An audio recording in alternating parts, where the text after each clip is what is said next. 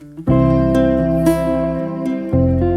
दोस्तों, राधे राधे। स्वागत है आपका हमारे चैनल में। आज मैं आपको एक कहानी सुनाने जा रही हूँ जिसमें भगवान शिव माता पार्वती को बताते हैं मनुष्य को कैसे संतान दुख देने वाली प्राप्त होती है। एक समय की बात है। माता पार्वती भगवान शिव से कहती हैं, हे स्वामी, आज मैं पृथ्वी लोक पर भ्रमण कर रही थी, तब मैंने देखा कि हर मनुष्य की दूसरी संतान अपने ही माता पिता को दुख दे रही है और उनकी आज्ञा का पालन नहीं कर रही है तथा उन्हें घर से बाहर तक निकाल रही है। हे स्वामी, आखिर कलयुग में इतना पाप क्यों बढ़ रहा है? कृपा करें और मेरी जिज्ञासा को शांत करें। तब भगवान शिव कहते हैं, हे देवी पार्वती, अभी कलयुग चल रहा है और जिस घटना की आप बात कर रही हैं वह भी एक गाय का ही श्राप है, जिस कारण से मनुष्य की संतान आज उन्हें दुख दे रही है। जब माता पार्वती अत्यंत उत्सुकता के साथ कहती है, हे स्वामी, वह कौन सा श्राप है और क्यों दिया गया? एक गाय ने मनुष्य को श्राप। तब भगवान शिव कहते हैं, हे देवी पार्वती, आज मैं आपकी सारी शंका दूर करता हूँ, किंतु आपको इस कथा को पूरा ध्यान से सुनना होगा और मानव जाति के कल्याण हेतु इसका प्रसार भी करना होगा। जो भी स्त्री या पुरुष इस कथा का श्रवण करेगा उसके सारे पाप नष्ट हो जाएंगे और उसे मुक्ति मिल जाएगी और उन पर मेरी कृपा दृष्टि सदैव बनी रहेगी। फिर माता पार्वती कहती हैं, हे स्वामी, मैं ऐसा ही करूँगी। मेरा सौभाग्य है जो इस कथा का श्रवण करने का अवसर आज मुझे मिला है। फिर भगवान शिव कहते हैं, हे देवी पार्वती, इस विषय में अब हम आपको एक प्राचीन कथा सुनाते हैं, आप ध्यान से सुनिए। फिर भगवान शिव कथा सुनाना शुरू करते हैं। पूर्व काल की बात है, तभी कलयुग की शुरुआत होने वाली थी और कलयुग का असर मनुष्य जीवन पर पड़ रहा था। तुंगभद्रा नदी के तट पर एक उत्तम नगर बसा हुआ था। वहाँ सभी वर्गों के लोग अपने अपने धर्म का पालन करते थे और सत्य एवं सत्कर्म करते थे। उस नगर में रघुवीर नाम का एक ब्राह्मण रहता था, जो कि समस्त वेदों का विशेषज्ञ और सभी प्रकार के धार्मिक कार्यों में आगे रहता था। वह ब्राह्मण दूसरे सूर्य की तरह अत्यंत तेजस्वी जान पड़ता था। रघुवीर धनवान ब्राह्मण होने के बावजूद भिक्षा मांगते थे। उसकी पत्नी का नाम सुभद्रा था। वह अत्यंत सुंदर थी, मानो स्वर्ग की अप्सरा हो, तथा उसका जन्म भी अच्छे कुल से हुआ था। फिर भी वह स्वभाव में बड़ी हठीली और क्रूर थी। उसे अपने सौंदर्य और धन का बड़ा घमंड था। वह हमेशा ही दूसरे लोगों की निंदा करती थी, परंतु घर का कामकाज करने में बड़ी बहादुर थी। वह बहुत कंजूस भी थी। फिर भगवान शिव कहते हैं, हे देवी पार्वती, उसे झगड़ा फसाद करना, चुगली करना, यह सब तो उसके व्यसन थे। अपितु वे दोनों पति पत्नी बड़े प्रेम से रहते थे, फिर भी उन्हें कोई संतान नहीं थी। इसी कारण से धन जायदाद तथा घर आदि कोई भी वस्तु उन्हें सुखद नहीं जान पड़ती थी। कुछ समय के पश्चात उन्होंने संतान प्राप्ति के लिए एक धर्म यज्ञ किया। वे गरीबों को सदा गौ, भूमि, स्वर्ण और वस्त्र आदि दान करते थे। उन्होंने अपने धन का आधा भाग धर्म के मार्ग में खर्च कर दिया था, फिर भी उन्हें ना कोई पुत्र या पुत्री हुआ।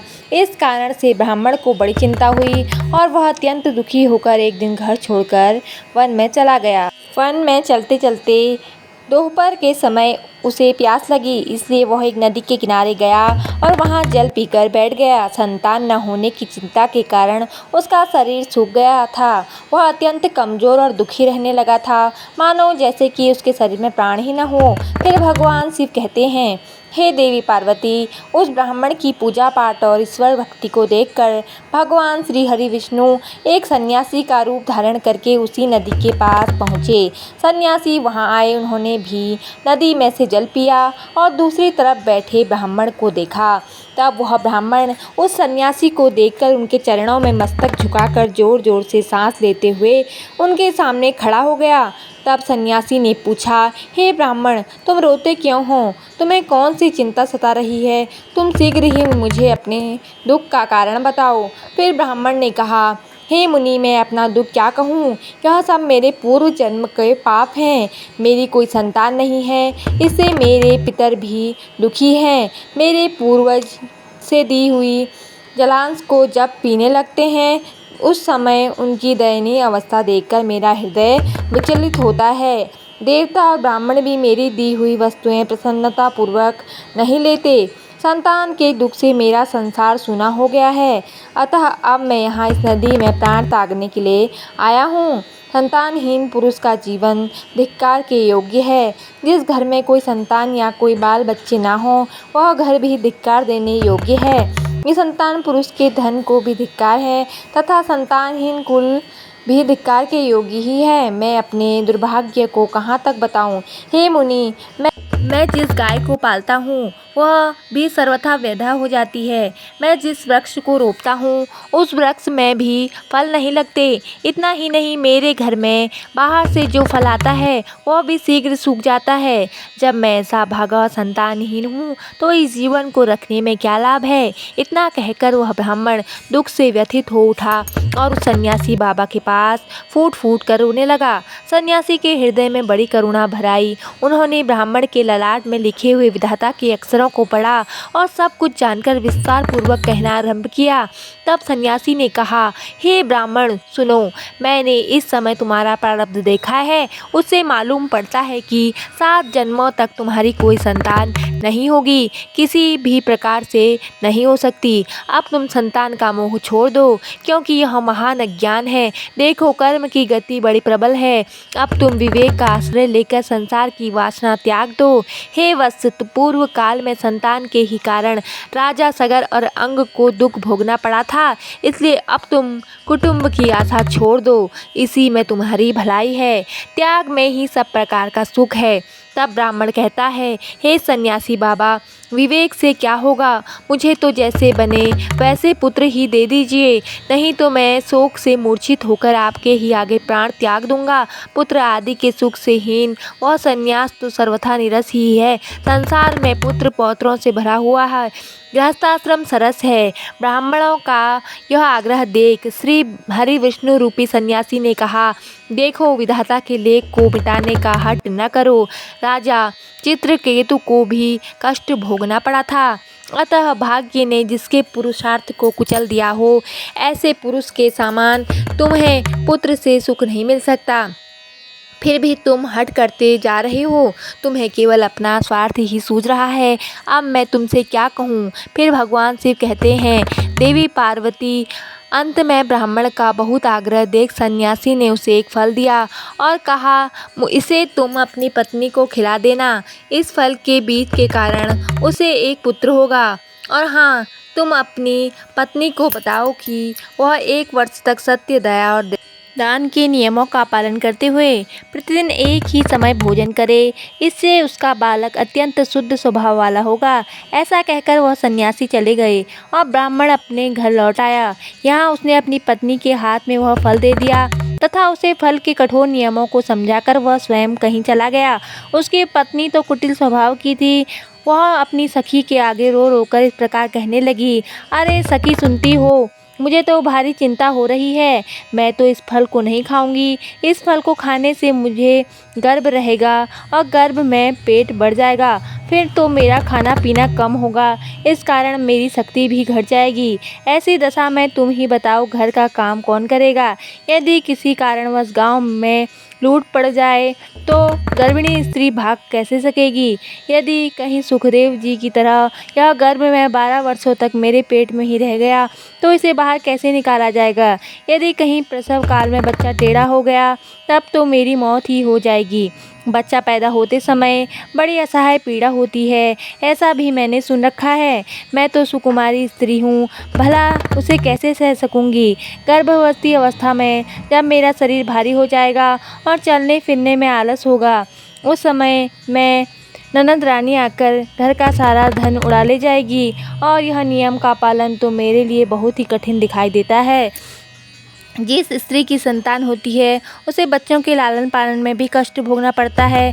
मैं तो समझती हूँ कि बाँझ अथवा विधवा स्त्रियाँ ही अधिक सुखी होती हैं। इस प्रकार का तर्क लगाते हुए उस ब्राह्मणी ने फल को नहीं खाया। जब पति ने पूछा कि तुमने फल खाया, तो उसने कह दिया हाँ खा लिया। फिर एक दिन उसकी बहन कल्याणी उसके घर मिलने आई।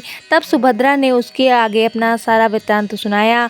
बहन, मुझे इस बात की बड़ी चिंता है कि संतान न होने पर मैं पति को क्या उत्तर दूंगी। इस दुख के कारण मैं दिन रात कमजोर होती जा रही हूँ। बताओ मैं क्या करूँ। तब उसकी बहन ने कहा, दीदी आप चिंता मत करो, मेरे पेट में भी बच्चा है। प्रसव होने पर बालक मैं आपको दे दूंगी। तब तक तुम गर्भवती स्त्री की भांति घर में छिपकर मौज से रहो। तुम मेरे पति को धन दे देना, इससे वह अपना बालक तुम्हें दे देंगे तथा लोगों में इस बात का प्रचार कर देंगे कि मेरा बच्चा 6 महीने का होकर गर्भपात होने से मर गया।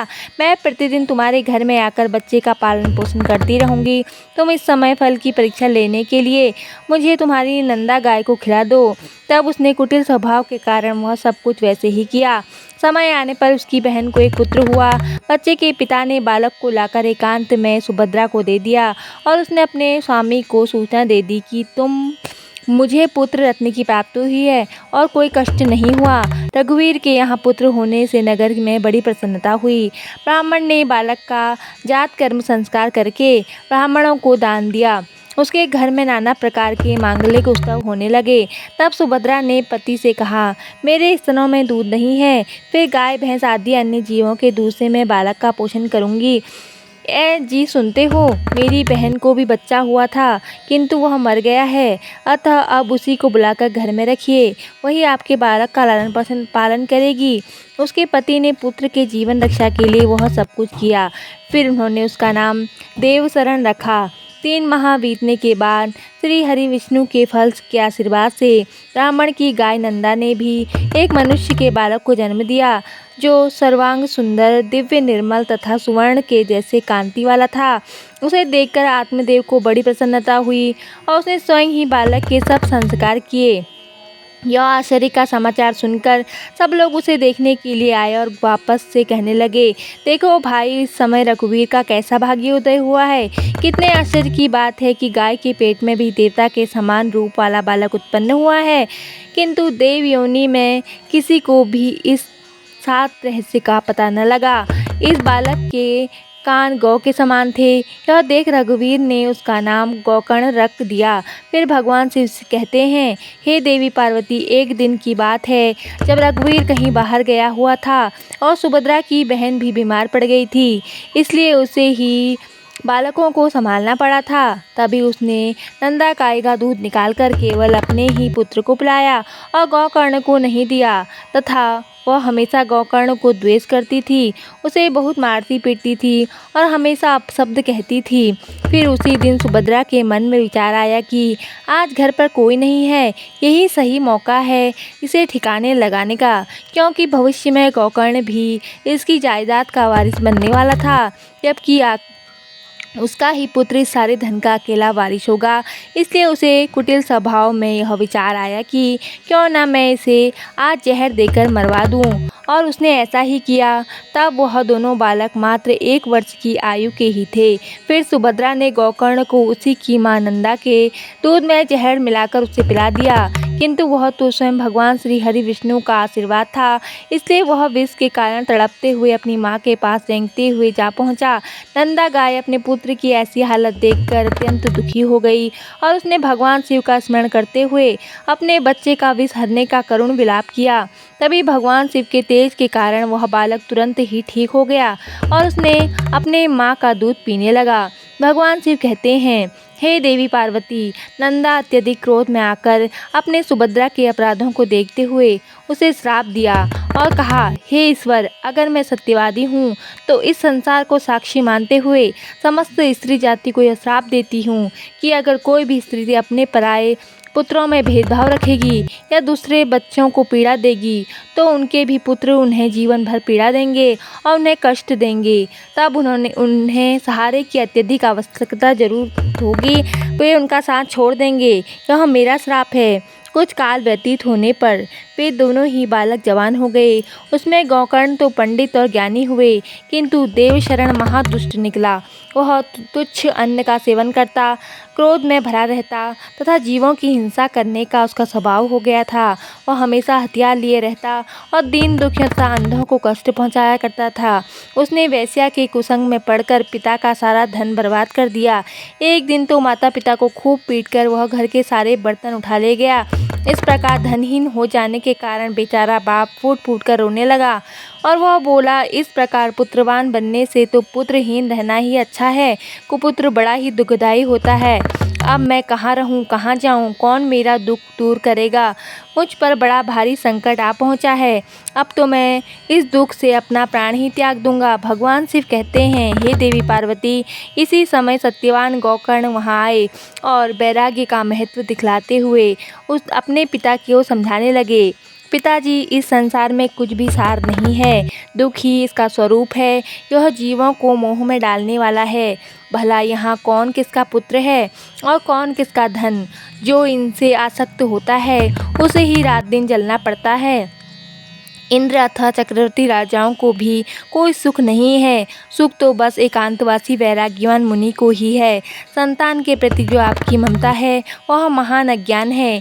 इसे छोड़िए, क्योंकि मोह में फंसने से मनुष्य को नरक में ही जाना पड़ता है और औरों की तो बात ही क्या है। उसका यह प्रिय शरीर भी एक ना एक दिन नष्ट हो जाएगा, आपको छोड़कर चल देगा।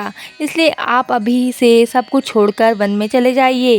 गोकर्ण की बात सुनकर उनके पिता रघुवीर वन में जाने के लिए मान गए और बोले, हे पुत्र, मुझे वन में रहकर क्या करना चाहिए, यह विस्तार पूर्वक मुझे बताओ।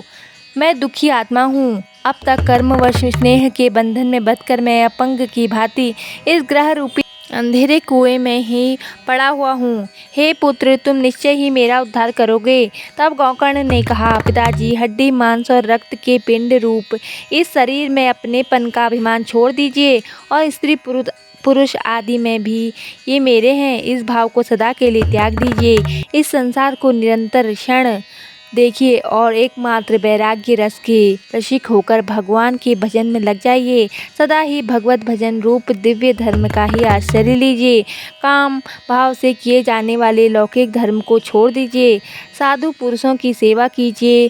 भोगों की इच्छाओं की त्याग कर दीजिए तथा दूसरों के गुण दोषों का विचार करना छोड़ दीजिए। निरंतर भगवत सेवा एवं भगवत कथा के रस का पान कीजिए। इस प्रकार पुत्र के कहने पर रघुवीर 60 वर्ष की अवस्था में बीत जाने पर घर छोड़कर स्थिर चित्त में वन को चले गए और वहां प्रतिदिन भगवान श्री हरि विष्णु की परिचर्या करने लगे। नियम पूर्वक दशम स्कंद पाठ का करने लगे। उन्होंने भगवान श्री कृष्णचंद्र को प्राप्त कर लिया। तो दोस्तों, हमारी कहानी यहीं पर समाप्त होती है। आपको वीडियो कैसी लगी कमेंट करके ज़रूर बताएं। हमारे चैनल पर ऐसी आध्यात्मिक और ज्ञानवर्धक कहानियाँ सुनने के लिए हमारे चैनल को सब्सक्राइब जरूर करें। धन्यवाद। जय माता दी।